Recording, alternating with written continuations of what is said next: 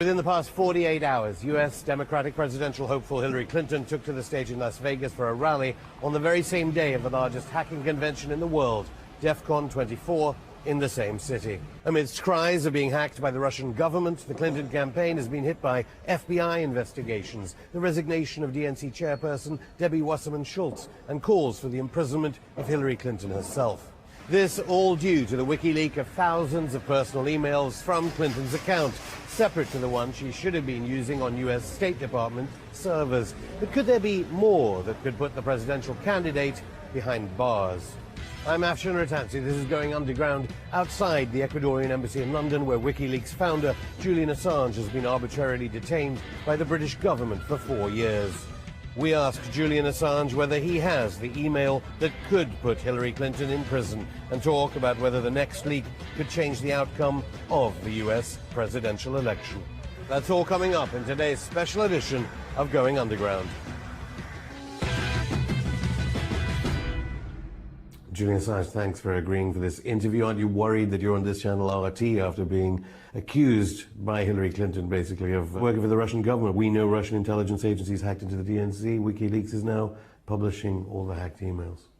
I don't think WikiLeaks can be constantly worried about PR. I've been called a Mossad agent. It got so bad, in fact, that the ADL, the Anti-Defamation League, had to put out a press release denying that I was a Mossad agent. I'm not sure actually that's particularly helpful. Cat torturer, a CIA agent, etc. So it's expected with our publications. Russia has been brought up by Hillary Clinton, most recently, just a few days ago on Fox. So I think it is necessary to address what WikiLeaks feels is its perception of its own publication to the RT audience. Everyone accepts that the emails that we have published, the 20,000 DNC leak emails, are completely accurate. So no one is saying, no, I didn't say that in this email, it's a fabrication, etc. That's accepted. It's not surprising that it's accepted because WikiLeaks has a 10-year publishing record where we have never got it wrong. And that's an impressive business. It's also why we take a while to publish what we have, because we want to keep that perfect record. Now, given that the real source is known, in this case, it is the DNC, it is Debbie Wasserman Schultz, it is the Louis Miranda, the head of communications. We know they are the original source. So there's quite a difficulty in the Clinton campaign to try and outmaneuver the publication. So the content itself is unquestionable, so instead you have to bring in some other actor. So the actor that they've tried to bring in is the Russian intelligence services. Hillary Clinton just said, we know Russian intelligence agencies hacked into the DNC. We know they arranged for emails to be released. Yeah, so actually she has a slight variant on the we know. I don't think she says emails, I think she says some documents. Because the difference here is that do state actors hack the political organizations of different countries? Does the United States government do it? Absolutely. Of course, it hacks the political parties of many different countries. Does French intelligence, Chinese intelligence, Russian intelligence hack political parties in order to collect intelligence? Yes. Did they hack the DNC? Has at least one state actor hacked the DNC? If you read very carefully, they say it's been hacked many times over the last 2 years. And our sources say that the DNC security is like Swiss cheese. The DNI, the Director of National Intelligence of the United States, several months ago said that both the RNC, the Republicans, and the DNC were being attacked by a range of actors, from philosophical opponents to states engaged in espionage. Now, the head of the DNI, James Clapper, who's responsible for all US intelligence agencies, he's the boss of the CIA. If anyone knows what US intelligence agencies knows, he knows. And on Friday, he had to come out and say that there's a lot of media hyperventilation, that they have no idea as to what motivation is, even if they did know who it was. So that's the head of the DNI dampening down ideas that they know who it is. Now, this is a separate question to the release of our emails. So in the US media, there's been a deliberate conflation between DNC leaks, which is what we've been publishing, and DNC hacks of the US Democratic Party, which have occurred over the last 2 years, by their own admission, a number of times. I think this statement by Hillary Clinton on Fox really does need to be tackled because it concerns us directly in our publications. What she is attempting to do is to conflate our publication of pristine emails. No one in the Democratic Party argues that even a single email is not completely valid. It hasn't been done. And the head of the DNC, Debbie Wasserman-Schultz, has rolled as a result.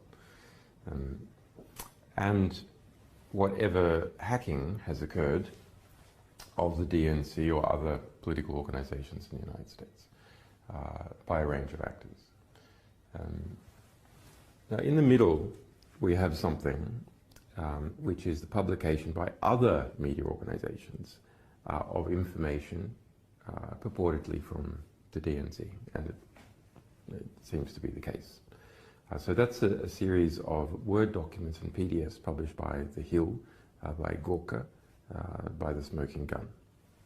This is a completely separate batch of documents compared to the 20,000 pristine emails that we released. In this batch of documents released by these other media organizations, there are claims that in the metadata there's someone's done a document to PDF conversion, and that in some cases the documents, the language of the computer that was used for that conversion was Russian. Okay, so that's the circumstantial evidence that some Russian was involved, or someone who wanted to make it look like a Russian was involved with these other media organizations. That's not the case for the material that we released. Any Russian connections between Hillary Clinton and Russia? Any Russian connections there? Hillary Clinton has done quite well strategically to try and draw connection between Trump and Russia because she has so many connections of her own. Now, my analysis of Trump and Russia is that there is no substantial connection. Why do I say that?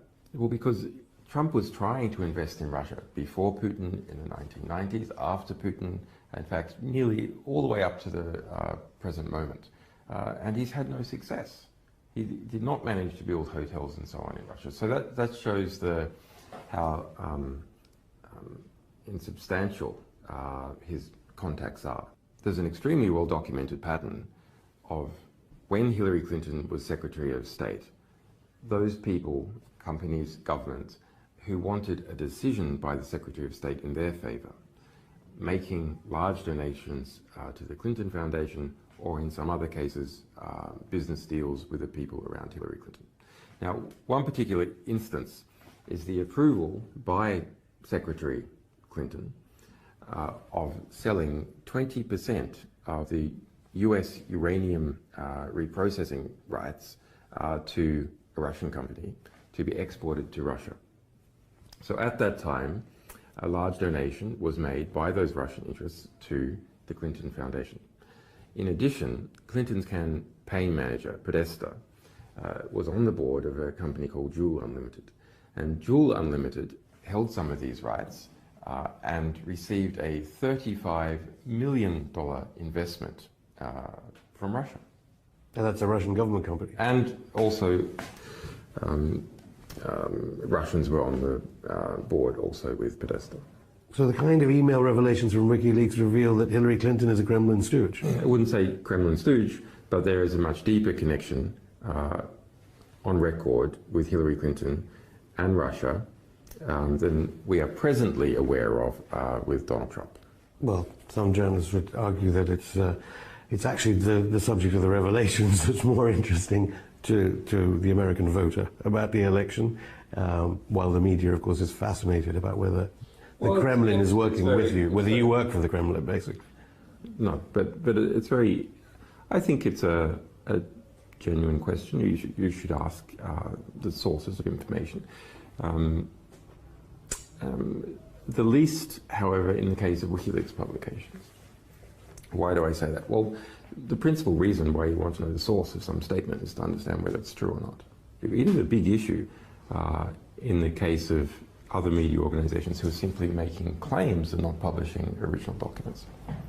I'll give you an example, a very, very interesting example. I've done some research on the Turkish coup. Now, it's not spoken about in the West, but within Turkey, the Turkish newspapers are publishing elements of a theory that the United States was directly involved in the coup. The US intelligence backed Fethullah Gulen, who's based in Pennsylvania, as the head of the Gulen cult that has been implicated in the coup. In fact, according to the Turkish government, is the leading actor in the coup. He's wanted by President Erdogan. Yes, and they've put out extradition requests and so on. But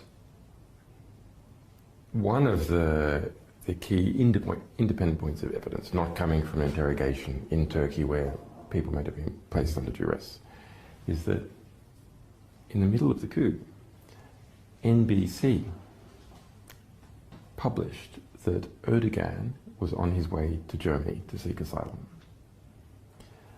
And they say this was told to them by a US military source. So what the hell is going on there? Because that went all the way around the world and was used to further the chance of the success of the coup within Turkey. Because if the president has fled, then he's lost control. NBC, a close supporter, so Trump supporters would say, of Hillary Clinton. So would a Hillary Clinton presidency endanger the NATO alliance and the ability to store American nuclear weapons at Incirlik Air Base and use it as a base to bomb Iraq and Syria under Hillary Clinton? Well, I think either government is potentially a problem because of, I mean, that coup was in Turkey a very serious business. Hundreds of people have died. About 100,000 people have been fired or arrested in the post-coup purge, opportunistically in some cases of political enemies of Erdogan, in other cases trying to purge the society of the Gulen movement. Because the Clinton Foundation's major donors include members of the Gulen movement that Erdogan says were responsible for the attempted coup d'etat. Right, so I mean, Erdogan's going to look at that and treat Clinton suspiciously. But I mean, you know, regardless of who becomes president of the United States, you have an extremely large bureaucracy, intelligence bureaucracy, that has its own mind in things. So he's going to look, unless Trump is elected and engages in a significant purge of the CIA, for example, I think Erdogan will continue to view it very suspiciously, especially as long as we've got Fethullah Gulen being protected in Pennsylvania. Julian Assange, thanks. We'll have more from Julian just after this break.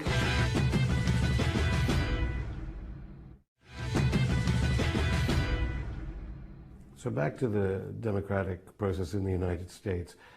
Basically, the first batch you released showed, and obviously we did have, at least you've got to admire Wasserman Schultz for resigning very quickly after your emails were released, after the Wikileaks publication. There was a dirty tricks campaign against Bernie Sanders, so Democratic primary voters didn't really understand what was going on during that process? So go back. Hillary loses the election, loses the primary process against Obama. At that point, Tim Kaine was the head of the DNC, the Democratic National Committee. Debbie Wasserman Schultz was Hillary Clinton's campaign manager. So then some kind of deal is done whereby Debbie Wasserman Schultz becomes the head of the DNC and Tim Kaine steps down.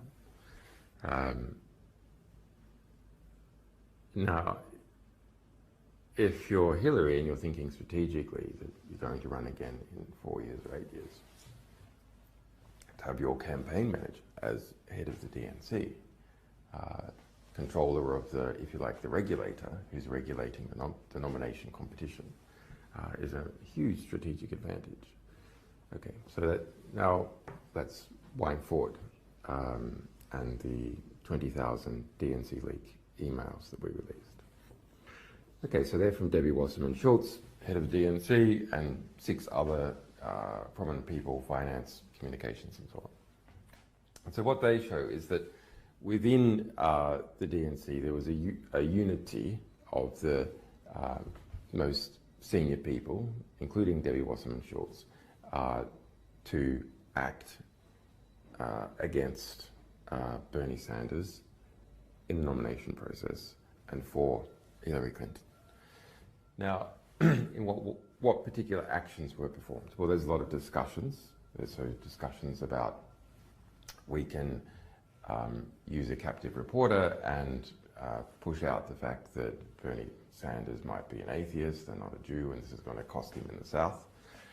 And where MSNBC, on its most influential morning program, Morning Joe, was defending Bernie Sanders, then Debbie Wasserman Schultz called up the president of MSNBC. Amazingly, this is not reported in the US media. It is reported in the US media that they called up Chuck Todd, who's the host of Meet the Press. Okay.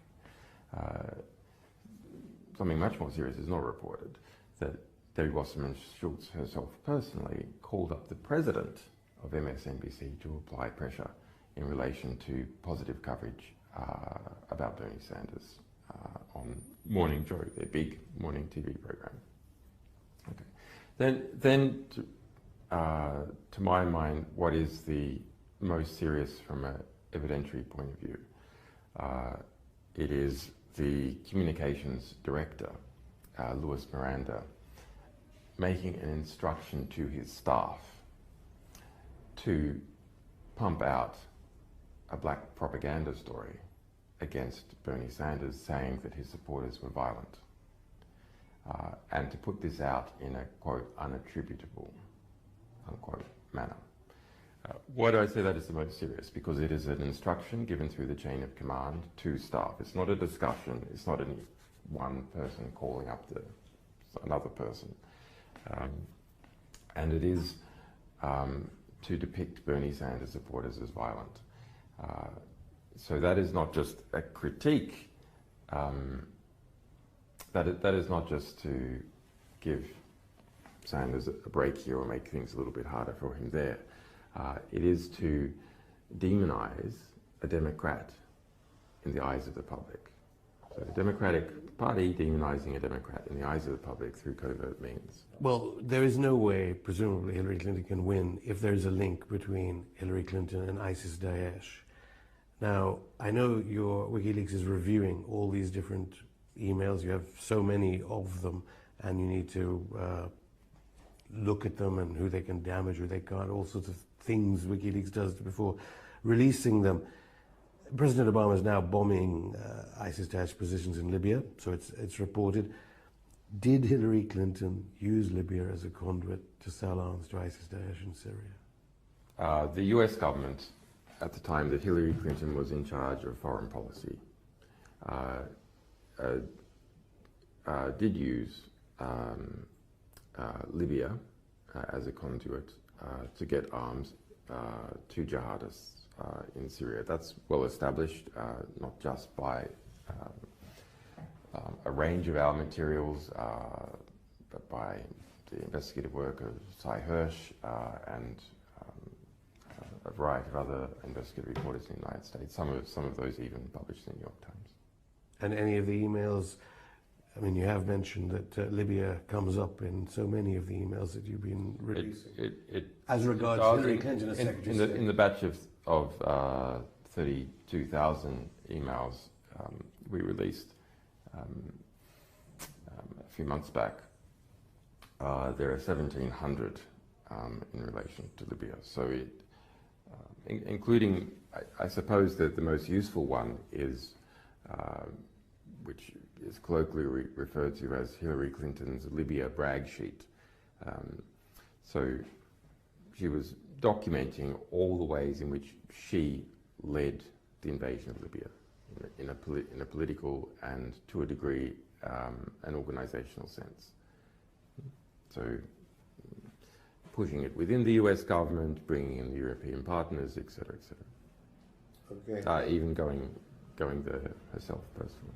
Anything to add to reports that, according to the French papers, the big French industrial conglomerate Lafarge, which has been donating money to the Clinton Foundation, and has got the reports in the French press were it was it was relating funds with ISIS Daesh.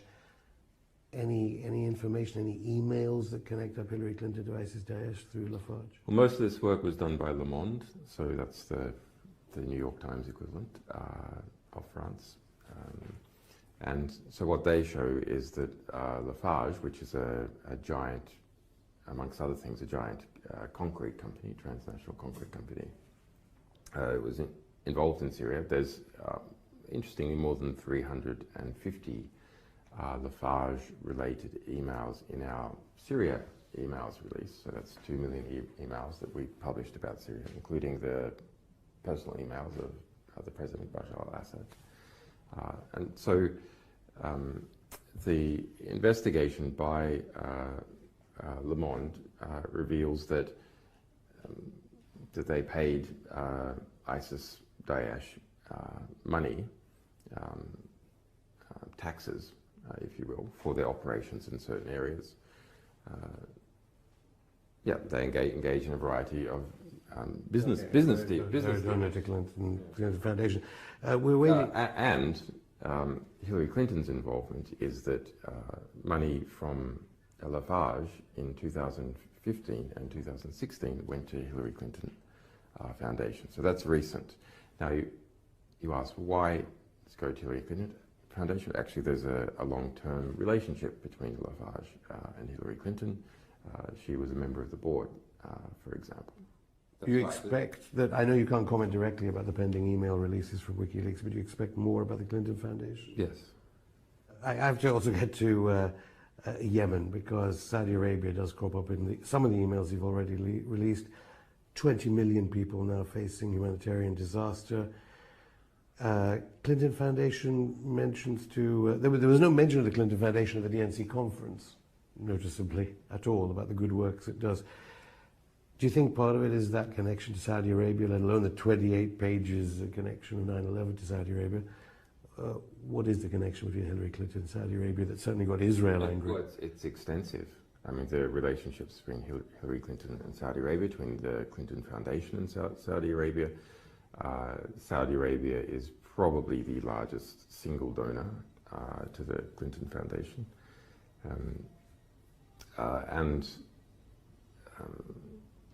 You can see Clinton's arms export policies, why she was Secretary of State, favoring extensively Saudi Arabia.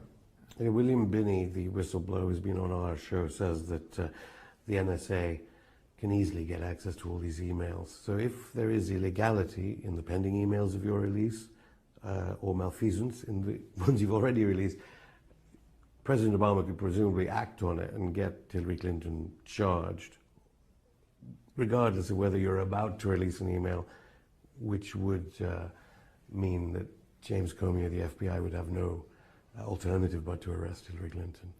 Well, our view, which we have already stated, is that if the evidence that the FBI has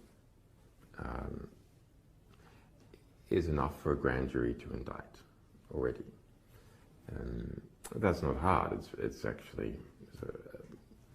saying that a grand jury will indict a ham sandwich if instructed to do so. Exactly. But which I'm having, because I have a grand jury myself, a federal grand jury in Washington D.C. I'm well aware of what they're like. But The prosecutor has to ask the grand jury to indict.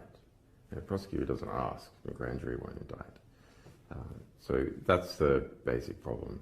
Do you believe she can win, given the emails you've so far not Can she win the election? That's an interesting question. I wouldn't be willing to say so far. And just one last question, away from the US presidential elections. It's 5 years since Mark Duggan was shot to death by British police. Of course, Black Lives Matter in the United States has come to the fore partly because of evidence gained via technology, mobile phone footage. What message would you have for Black Lives Matter, both in the United States and here in Britain? Well, it's transparency. I mean, the transparency in relation to DNC leak, which took the head of Debbie Wasserman Schultz, head of the Democratic Party, that came from us presenting to the public pristine, original documentation of what people were doing. And the Black Lives Matter movement has come up, yes, by hard work for activists, but the core of what is driving it is footage that is undeniable, that everyone, it's not a matter of do you believe the police, do you believe the friends of the person who was shot, the witnesses. No, there's undeniable footage of exactly what has occurred, and that is not only stimulating parts of the black community. I think the black community has understood this for all too long, actually. But it's stimulating enormous acceptance and sympathy outside the black community because their argument is proven. Julian Assange, thank you. You're welcome.